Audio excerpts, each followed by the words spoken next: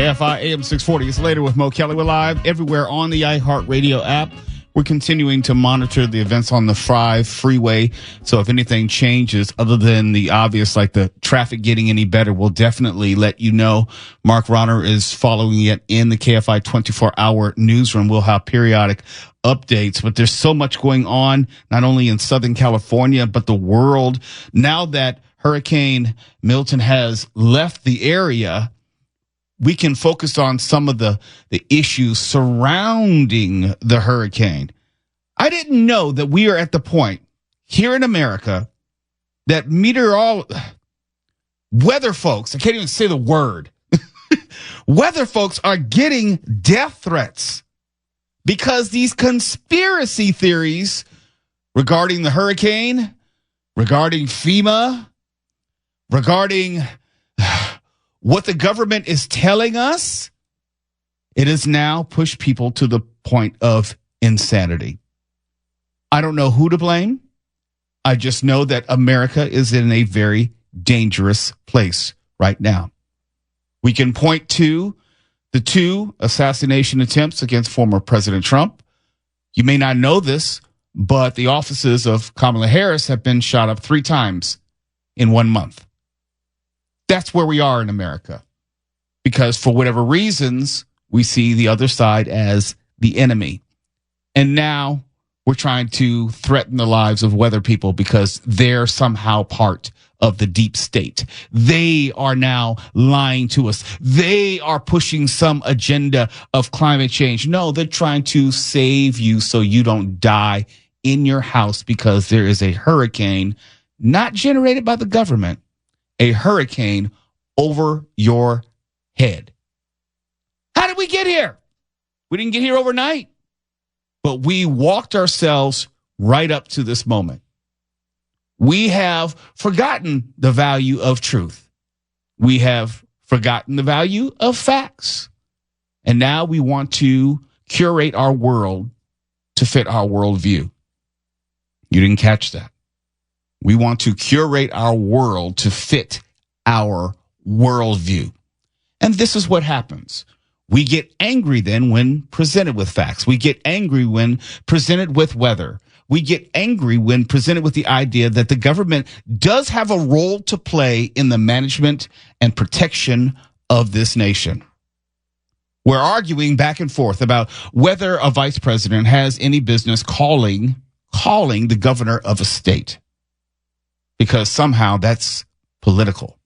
And if I had more time, I would detail all the ways that vice presidents usually do involve themselves when they're national issues, emergencies, disasters, because that is a person of the administration. The president may do one thing, the vice president may do another thing. But now everything's looked through the lens of politics. Everything is looked through some sort of conspiracy lens. I never thought in my life, and I hope that people don't take this as some sort of partisan comment, but I've never thought that I would ever experience a time in my life where a sitting member of Congress would allege that her own government, that she is a part of, mind you, her own government is somehow controlling the weather to the detriment of particular individuals of a certain party. I never in my 54 years of life would ever think that that would be a reality, but that's where we are today. And some people listening right now are A-okay with it. If it's you, then it's you. But how did we get here? How do we get to the point where facts no longer matter? How do we get here to the point that we feel the need that if we don't like the political opposition, we need to take that person out? How did we get here? No, the better question, the more important question is, how do we get back from here? How do we go back to some sense of normality? How do we get to a point where we have a level or a modicum of respect for one another as Americans? Because maybe you didn't know, there's an election around the corner. And someone has to win and someone has to lose. God help us all when we find out who is who and what is what. Because I don't know if we'll be able to make it through this election. We can't even make it through 2 hurricanes in 2 weeks.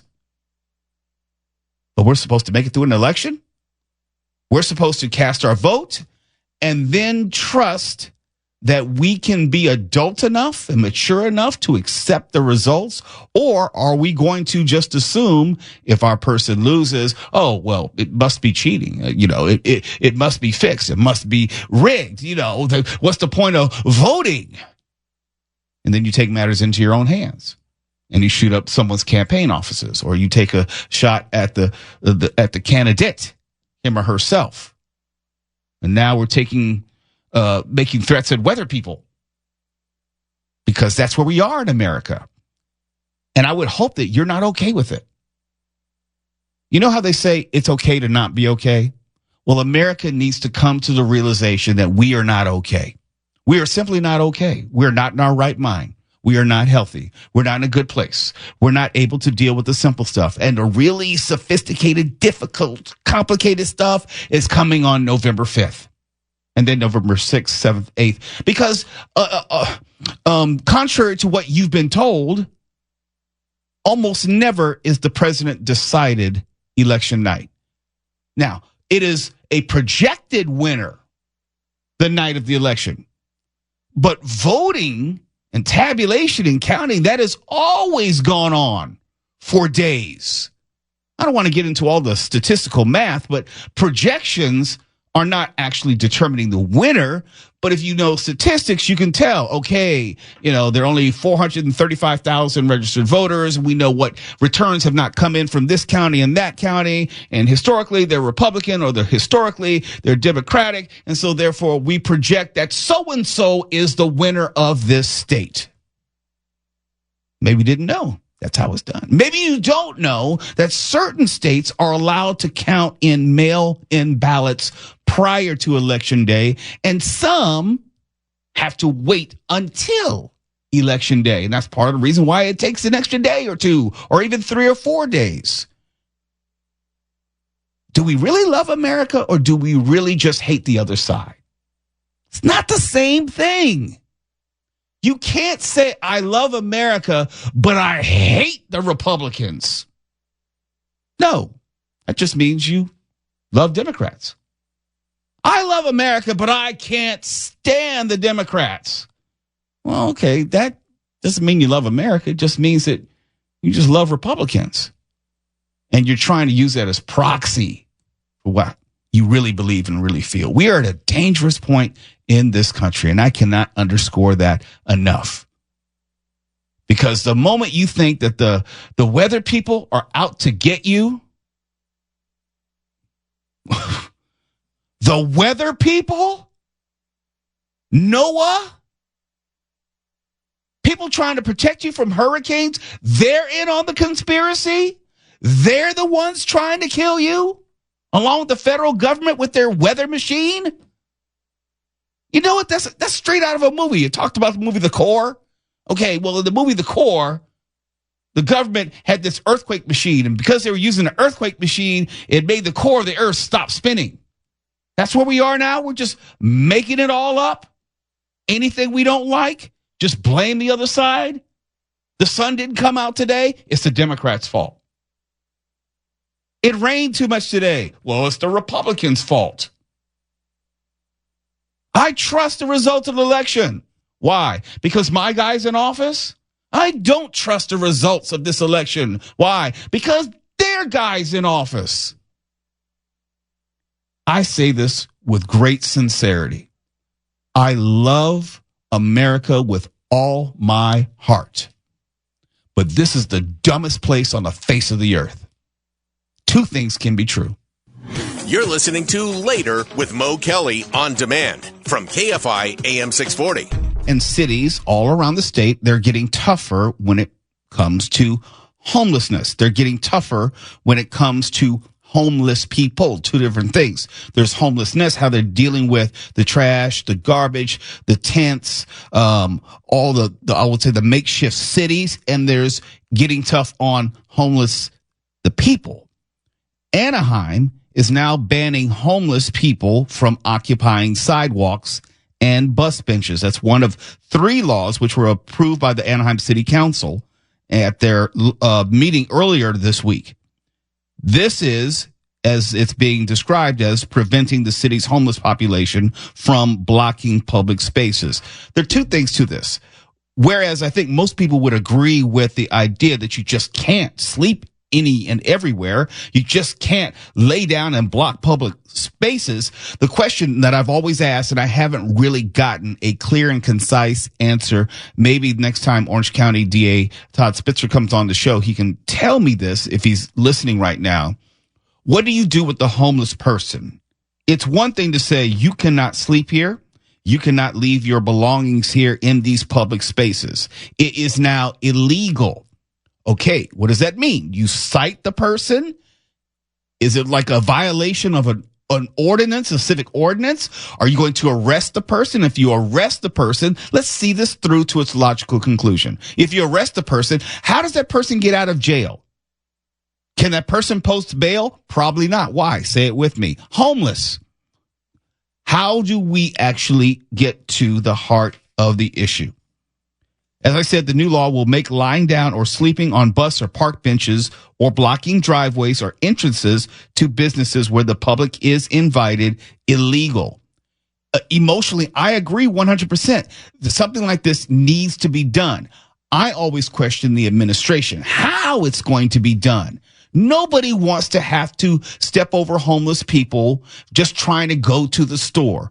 Or if you have your own business and you happen to be on, let's say, Catella in Anaheim, you should be able to do something about the homeless person who's sleeping in front of your business, in front of the very door that people need to come in and come out of.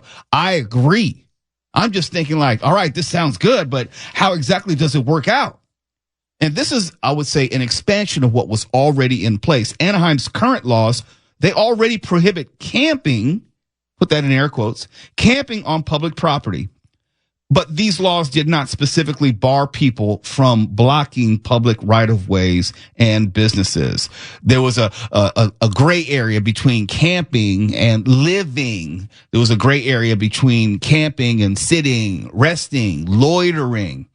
And this made it somewhat clearer. And I did not know this. The second law, which was passed by the city council, it will now not allow people to either disassemble or sell bicycles in public areas within the city. I did not know that there was a bike theft issue within the city of Anaheim. About 250 bikes, as I read here, are reported stolen each year in Anaheim. So there is, I would say, a thriving market for bicycles and bicycle parts. And this is to help address that or curb that. Obviously, if they're not going to do it in public, then they'll just go inside and do it. It doesn't change that. But it's interesting that they're resorting to this to help address that. And the third law will expand the city's smoking and vaping ban to public parks and to within 25 feet of bus benches or 100 feet from a school or daycare. Don't feel much of either way about that because I've always been anti-smoking, anti-vaping. But the ban on people sleeping on sidewalks or leaving their belongings in public spaces, that's significant. And I am really curious to see how it all works. How, is it something that if someone's in front of your business, do you pick up the phone and call the police? And also, do the police actually respond? Because I know where I am, I could call them for just about anything. And it takes a lot to get law enforcement to respond where I am in the city. Usually I have to call someone I know who works in law enforcement. Because if you live where I live, they're not coming out for the most part. They're just not. Especially for property crime related issues. Definitely not for homeless related issues. So I would love to see how this is going to actually work. Take us through it. Does a person who owns a business, do they call the police and the police roll up and they see someone on the sidewalk? Do they arrest them? Do they just move that person along? And if they do arrest them, then what do you do? I mean, how can you verify identity? They may not be in the system. How long can you hold them? Habeas corpus. Okay. So what happens if they stay for more than 3 days in jail? You got to kick them loose. Then where do they go again? If they go right back to where they were living, air quotes, prior to being arrested, arrested if it goes down that same path. Then what? Do you arrest them again and start the clock all the way over? I think these are the things where the laws make sense on paper. I absolutely agree. It makes sense. You can't have people sleeping on the sidewalk. You can't have people creating a house in front of other people's businesses. You can't have that. I'm with you. We agree. But how does this work long term? What is the real application of it? How do you make sure that the rights of the homeless person aren't also violated? Or do you simply not care? And I suspect it's the latter, because you just don't want to see homelessness. If you can get it out in front of, get it away from your business, if you can get it away from your street corner, if you can get it out of sight, then it's out of mind, and then you're okay with it. But I try to think about this big picture. I try to think about your rights as a business owner. I think about your rights as a private citizen. And I think about the rights of the homeless person. Because if anything, they are the most vulnerable in this equation. They have literally nothing. They literally have nobody defending them or protecting them, not out on the street and not within the system. And I don't know if there's a good answer to any of this. I do know that there are some problems that haven't been worked out, and I would be interested to see if they will be able to be addressed in a constitutional manner. Because once you start criminalizing homelessness and you start locking up homeless people, you may have traded one issue for another. It's Later with Mo Kelly. KFI AM 640 live everywhere on the iHeartRadio app. Oh, Mark. Got another good story for you. There's a California-based lighting and furniture store, Lamps Plus. They're going to have to pay $4.1 million for deceptive pricing. Imagine that. Another company misleading the public. Be true. Sounds like science fiction. You're making this up. No, sounds like science capitalism. Oh, yeah, that's right.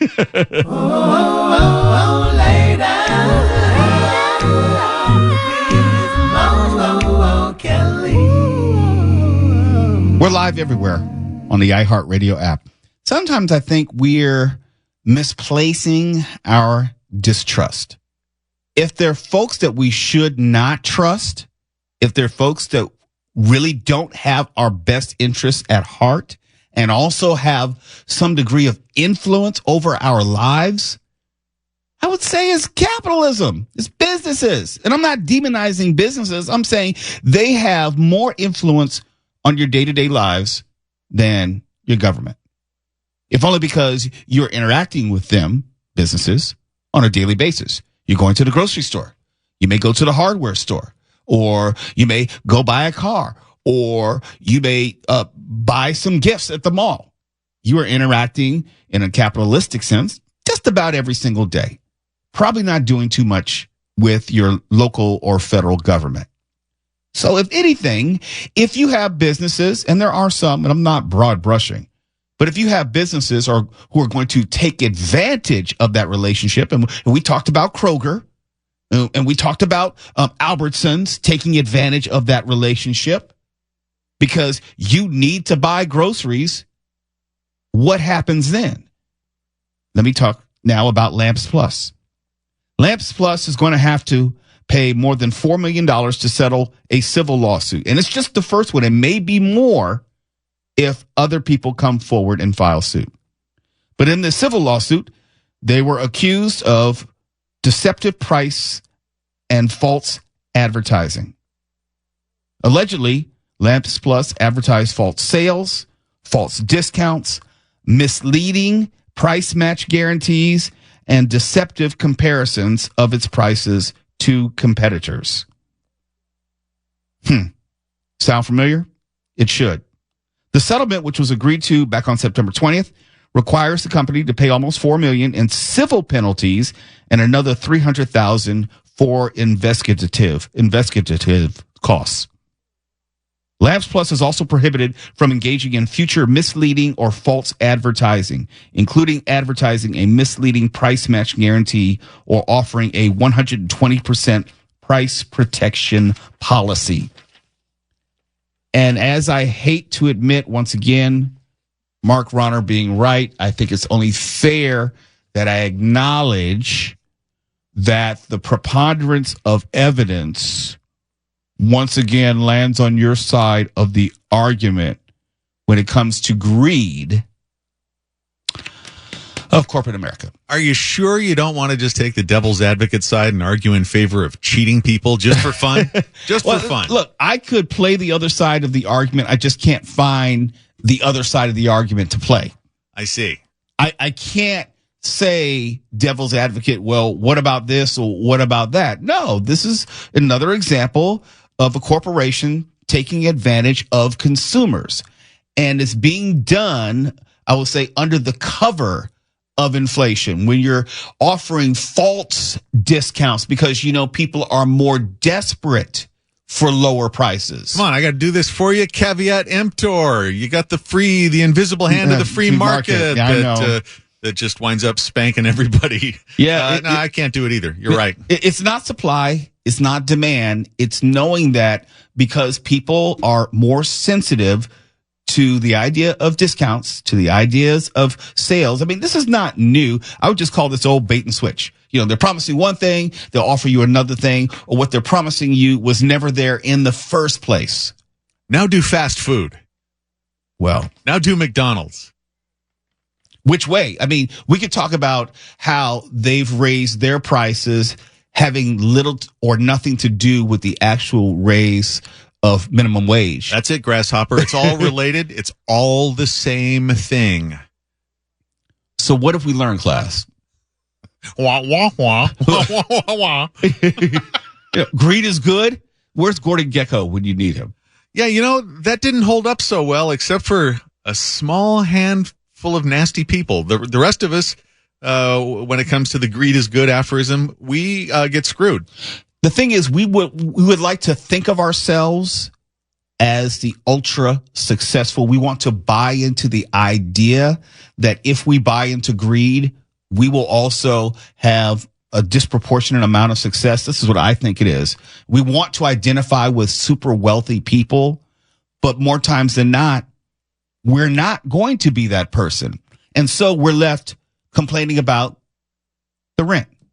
We're left complaining about eggs, left complaining about milk, gas, and all at the same time forget that, we were siding with the folks who are giving it to us. Right. Meanwhile, landlords have been found colluding to jack up prices. Yep. We know that egg distributors, manufacturers, well, the chickens are actually the manufacturers of the eggs, but the egg distributors, they've been found guilty of jacking up prices. Everybody on the list you just ran through has been found guilty of price gouging. Everybody. That's why I mentioned them specifically. What a coincidence. Yes. A coinky-dink. A coinky-dink. Look, I just try to point. I just try to say, look, some of these things are not what they seem to be. And I know it's easy to blame everything on inflation. I know it's easy to say that.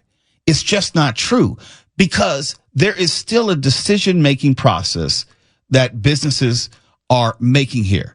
They are not raising prices relative to the cost of living increase or the rate of inflation. No, they're record profits in this time of inflation. Well, one of my main goals in life is to get people to shake off the cookie cutter that we've been saddled with through disinformation and assorted media, which is not everything has to be filtered through your politics. I mean, if the groceries cost more than you think they should be, it's not the Republicans or Democrats' fault necessarily. Look at the people who profit. Cui bono. It's what lawyers say. Cui bono. Who profits from this? I think your first point was the most salient point. Stop trying to filter everything through your politics. When you do, you always come up with the same answer. If you filter it through your politics, then everything must be the fault of the person or the group or the party which is anti your politics. And then you'll find yourself misleading yourself. You're not even being misled. You're misleading yourself because you're making the conscious choice to filter everything through your politics and see the world through this prism of right or left. It's a childish game. Everything you don't like is the fault of the other team. And sometimes it is. Sometimes, but yes. It certainly isn't always. And you've got to drill down and get out of your information silo, read a variety of things, be a smart and skeptical consumer of news, as well as you're a consumer of anything else. Well, you can't start with what you already believe and look for affirmation or confirmation of what you already believe. You can't use that as a starting point where, okay, gas prices are high. Let me work my way back from the Democrats are responsible. That's not a way to actually process information and figure out who might the culprit be. No, you're exactly right. And once again, I despise when we agree. Okay, let's see if we can disagree about the next one. Okay, it's about the Dodgers and Padres. You're not a sports fan, you so can it should have be. that There completely. we go. Yeah, that's all yours. It's Later with Mo Kelly, KFI AM 640. We're live everywhere on the iHeartRadio app. And when we come back, you know that the Dodgers and Padres are playing in Game 5 here at Dodger Stadium tomorrow. Well, if you're trying to go to the game and you haven't already purchased your tickets, or even if you have purchased the tickets, beware, because the scammers are out and they're looking for you. You're listening to Later with Mo Kelly on demand from KFI AM 640. Okay, I'm going to let you know something. I'm going to be very transparent here. And Stephen, I know you don't know this, and I know Mark doesn't know this. If I open my mouth too fast, I think they call it a subluxation of the jaw. My jaw dislocates. There's certain words almost impossible for me to pronounce for that reason. So there are times where I can't say certain words because my jaw will almost dislocate if I talk too fast. True story. True story. So there's certain words I just try to avoid. And if you were like to come into the studio, Steph and I'd show you and you see my jaw pop out. And I know you don't want to see that, and you can hear it click. So that's why I struggle with certain words, because my jaw really hurts when I try to say it. And I know admitting that in front of Mark Ronner is going to come back on me, but I do want to see it. Okay, I'll show you next break. Serious. Yeah. It's not cool. Did you see that? Did you see that? Yeah, you're kind of like a boa constrictor. Yes. I always suspected. It's my hidden superpower talent. I don't know. No, my dentist tells me, be careful opening your mouth too wide or yawning too fast because it can dislocate your jaw. No. Don't listen to him. That'll serve you well in prison. Trust me. Ooh. Oh, wow. Let's talk about the Dodgers instead. Whew. That wasn't funny. Oh, no. Completely warranted. Thank you, Foosh. Dodgers, Padres, playing tomorrow. Dodger Stadium. And you're probably thinking like, oh, there was no way the Dodgers were supposed to win Game 4. But you're surprised, and now you're scrambling for tickets. That puts you in a very dangerous situation. Why? Because you might be desperate and willing to resort to methods to procure tickets, which could get you separated from your money and you not get any tickets in return. There are scammers everywhere. If there's money out there, if there's money changing hands, scammers, thieves, criminals, they'll want to get your money. If you're going to get tickets, make sure you just follow some just good common sense. Just buy from trusted vendors. Use websites like verifiedticketsource.com. And there you can verify that wherever you're buying the tickets is a licensed ticket reseller. StubHub and Ticketmaster, just for example, not promoting them, but they offer guarantees against fraudulent listings. Also, use protected payment methods. If you pay in cash, Zelle, or via wire transfer, it's kind of hard to get that money. Once it's gone, because when you pay in cash, obviously it's gone. Zelle and wire transfer, those are actual changes or exchanges of money. So once it leaves your bank, it's just gone. That's why a lot of people recommend using a credit card. Yes, I know you don't want to pay the interest on it, But if you use a credit card, you have greater consumer protection as opposed to using a debit card. And I'm guilty of this because I use my debit card everywhere. And they always tell me, don't use your debit card. Well, okay. But, I don't like using a credit card because I don't like paying fees or interest. I like what I pay is what I pay, and I don't have to think about it. I just recently got the first credit card I've had in, I want to say maybe 20, 25 years. Because I didn't want to have credit card debt. And it was just for emergencies and things that I didn't want to use cash for. But it's good to have around just for emergencies. But anyhow, back to ticket scams. Also, look for a refund policy. If you're making a transaction and the details are not clear, or you're unsure about what recourse you have in the event of a questionable transaction, then that means no, it's probably shady. Walk the other way. Do not buy off Facebook, okay? Now, I know that they have the Facebook marketplace. It is one step above Craigslist. It's Craigslist with pictures. That's all it is. People have died. People have been murdered buying things off Craigslist. There's a reason why no one ever recommends buying off Craigslist. It's the same reason that I'm telling you not to buy off Facebook. Fake profiles, fake product that they're selling. No. It's not like Amazon. It's not like the seller is verified. It is really, really seedy. So leave Facebook alone. And, follow just the old rule. If it's too good to be true, it probably is too good to be true. Any more jaw jokes, Mark? No, I want to see it again, though. And preferably I'd like to film it for later use. You have to put a microphone, you can hear it pop. Oh, even better. Yeah, you almost like better. It's like breaking. Have you never bought anything from Craigslist? Never in my life. Well, here's the deal. You meet whoever you buy the stuff from in a well-lit public place, and you examine the thing at hand before you hand over the money. It's like a drug deal. Yeah, it totally is. You have to meet somewhere where there's less likelihood of being shot. Meet on the steps of your local police precinct. Have the transaction there. Daytime. Yeah. No, I've never purchased anything off Craigslist in my life. Now, I've bumped around Craigslist to see what it's like, but I've never, ever purchased anything off Craigslist. I've done it quite a number of times, and you really have to keep your wits about you. Don't be stupid about it. Have they updated the website at all? Or does it look the same as it did in 1994? It looks exactly the same. It's pretty low tech. And half the stuff that I bookmark on there, I'll return to it a few hours later and the thing's been flagged and removed. You always have to be careful. Look, if they flag and remove something from Craigslist, it has to be pretty bad. I don't know if they have any standards whatsoever. Oh yeah. Whether it's a PlayStation or, an apartment rental, do your due diligence. Don't just make a deal and hand over your cash ever.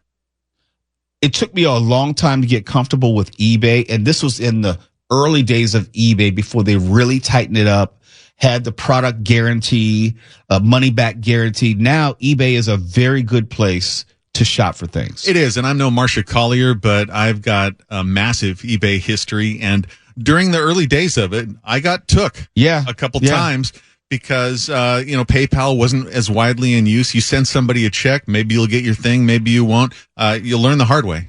I think I've been using eBay for the better part of almost 20 years now, somewhere around there. And I actually preferred eBay to Amazon because the more obscure things that I was looking for, I could find on eBay. Like Still what? can. Like what are we talking about here? I'll say there was a song that I wanted, which was out of print, and it was not available to stream on Spotify. I actually bought a CD version of the music off of eBay, for example. Okay. Really obscure things. Well, some things you can only get on eBay, but you still want to check. If you see something on eBay, look on Amazon. If it exists on there, you'll see, you'll get a base idea of what the price should be. Sometimes it's cheaper, sometimes it's not. Always do your homework. Never just make an impulse buy. Amazon has turned into a mall, a big box retailer For the most part, you feel safe in there. You walk in the store, you walk out with the item pretty much because you get it the next day. There are checks every step of the way. It's easy to follow. Yeah, and it's kind of like getting shoes at a Nordstrom. If anything at all you don't like, you can return it. Yeah, it's much safer now. And I used to work at Nordstrom. I believe that. No, that return policy is legit. We had people, and I worked at the Nordstrom in Redondo Beach. It's no longer there. They moved it to Del Amo. But the one in Redondo Beach on Hawthorne Boulevard at the South Bay Galleria, I worked in third floor girls department, like 2T, 3T, 4T, toddler. I knew all that stuff. But we had people, and the return policy was, we'll take it. No questions asked. No, don't even ask a question because that was against the policy. You are basically offending the person returning that tire. We had someone return a car tire. And they said, we'll take it. Don't ask why these shoes are covered with human blood. Yes. Or if it's human. The thinking was, and this was mid to late 80s, early 90s, that they would get more business out of that person in the long run if they just accepted the return. And now I don't know if they still have that same return policy, but it was so liberal, small L. You could return absolutely anything in the world, and people were. They were just taking stuff out their closet and returning it. Now it's a little bit different when you have all the SKU numbers and the digital references for all these products. It's a little bit easier to track, and I don't think they're as eager just to take everything. I think Costco takes more stuff than Nordstrom now. Yeah, but Costco has a line, and you've got to do the cost-benefit analysis. You got to work for it. That line is pretty far. Yeah, you got to really want to take something back to endure that line at Costco. Yeah, because basically you're paying through your time. You're paying for that good.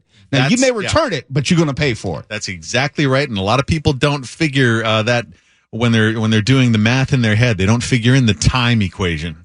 KFI AM 640 live everywhere on the iHeartRadio app. Nothing gets past us.